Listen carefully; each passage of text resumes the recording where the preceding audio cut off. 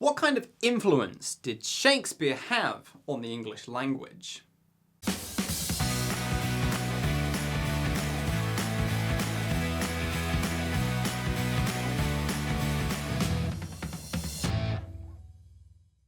Good morning, good afternoon, or good evening, depending on what part of this big, wide world you happen to be in right now. I'm Julian Northbrook, and this is Doing English.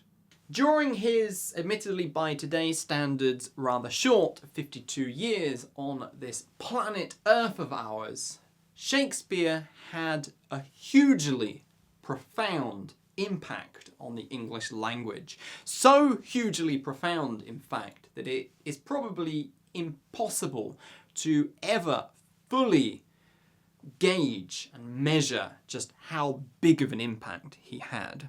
Shakespeare liked to play with language, and he often took terms from classical literature as well as from foreign languages and incorporated them into his plays. As well as this, he took nouns and turned them into verbs. He took verbs and turned them into adjectives. And he played with language, recreated it in interesting ways to make his plays pop. Indeed, according to studier of all things Shakespeare, Warren King, Shakespeare's plays included 17,677 words, 10%, around about 1,700 of which were coined by Shakespeare himself and are now commonly used in everyday English. Take, for example, the word luggage, a very normal, everyday word, right? Well, actually, Shakespeare just made this up, and it originates from Shakespeare's play King Henry IV, Part 1, as well as borrowing words from other places and playing with their classification, that is turning nouns into verbs, etc., etc. Another thing that Shakespeare commonly did was take two words and just stick them together. Take, for example, the word moonbeam, which originates from Shakespeare's A Midnight Summer Dream. And then there's my personal favourite, the word rant, something that I do quite often these days, it seems.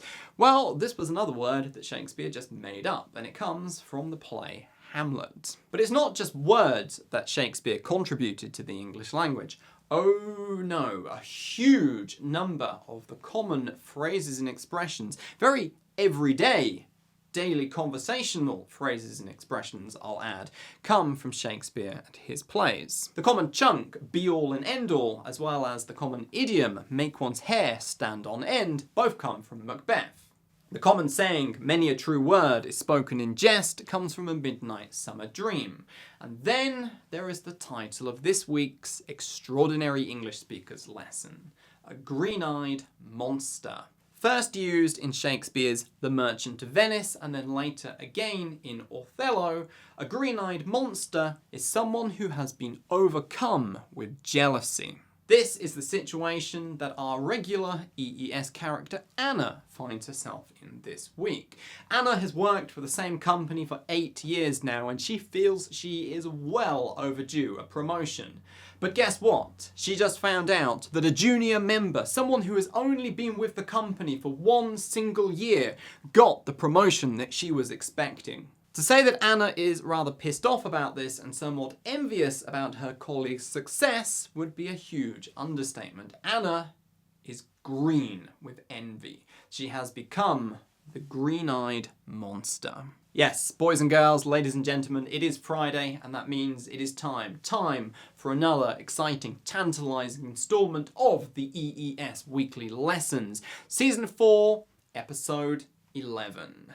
The Green-Eyed Monster. Members, there is a direct link to the lesson down in the description. Click on it, head over there, check it out. If you are not yet a member of our prestigious English learning group, the Extraordinary English Speakers, and you either want information or you want to become one, click on the other link in the description or head over to extraordinaryenglishspeakers.com. The question is though, why? Why did Shakespeare have such a huge influence on the English language? First and foremost, of course, it's a testament to just how successful Shakespeare's plays were. Shakespeare wrote the blockbusters of the time, and he was prolific. He wrote more than 37 plays. But not just that, Shakespeare also happened to have been in the right place, and indeed the right time. You see, less than 100 years before the time of Shakespeare, the first printing presses had just been invented. And with the first printing presses and the ability to mass produce written texts, the necessity of a standardized English.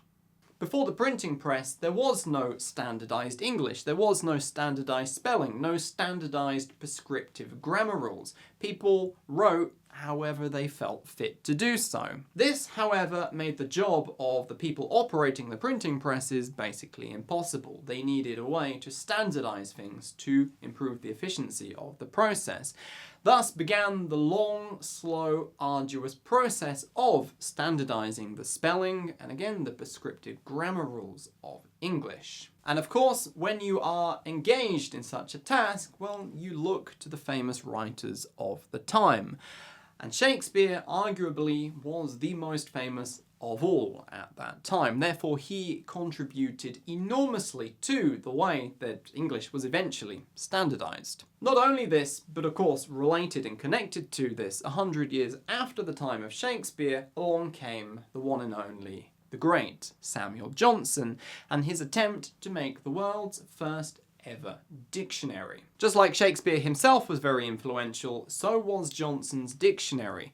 And Johnson's dictionary cited no other writer as many times as it did Shakespeare.